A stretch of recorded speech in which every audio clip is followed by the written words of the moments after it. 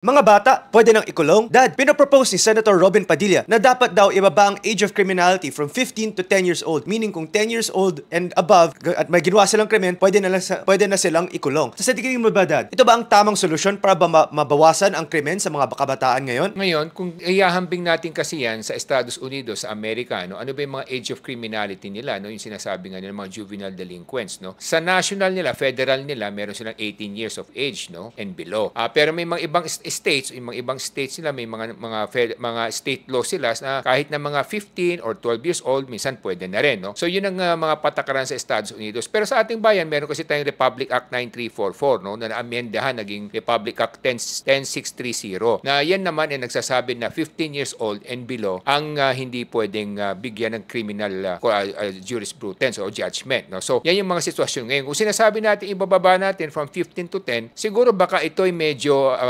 maagrabyado na may mga kabataan natin, no? Ngayon, ang problema naman kasi dito, sinasabi ng iba, na ginagamit kasi sila ng mga magulang nila para magnakaw o ng mga nag-aalaga sa kanila para sa ganun makatakas sila sa mga responsibilidad na makulong, lalo na mga minsan mga courier na mga droga, no? Kaya mga 15 years old and below ginagamit nila para sa ganun kung mahuli man, hindi makukulong yung bata. Pero meron nga kasing mali dito sa sistemang ito, no? Kasi nga sa ating bayan, pag 15 years old and below ka, na juvenile delinquent ka, normally you go through a rehabilitation process instead na ikukulong ka, no? So merong mga proseso yan. Pero sa akin siguro dapat medyo hindi naman kinakailangan ibaba from 15 to 10. Ang dapat natin gawin kung ano yung makakabuti sa lipunan. Ang dapat yan, ipabayaan na natin yung 15 years old and below na ma-exempt sa ganyang klaseng criminality o criminal judgment. Pero ang pwede natin gawin, yung rehabilitation process siguro ang dapat natin baguhin. Yun ang dapat natin balangkasin para sa ganun yung mga bata hindi magamit ng mga magulang o ng mga nag-aalaga sa kanila sa mga maling pamamaraan. Kasi nga yan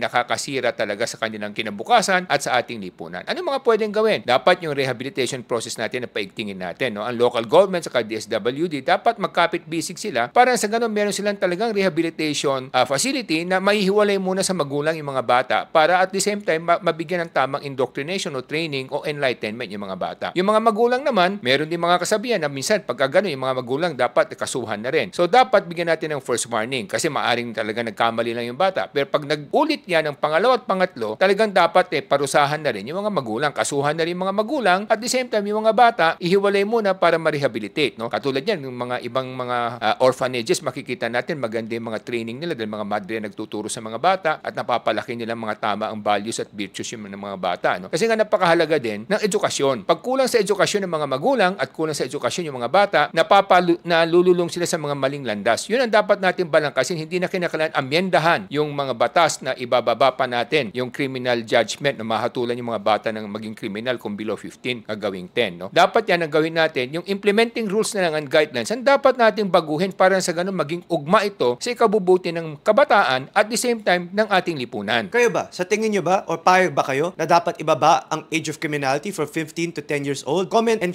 subscribe or share ninyo. Ako po ay si Solomon Sai, ang inyong kuya ng bayan. Ako naman po si Michael Sa, inyong dad ng bayan.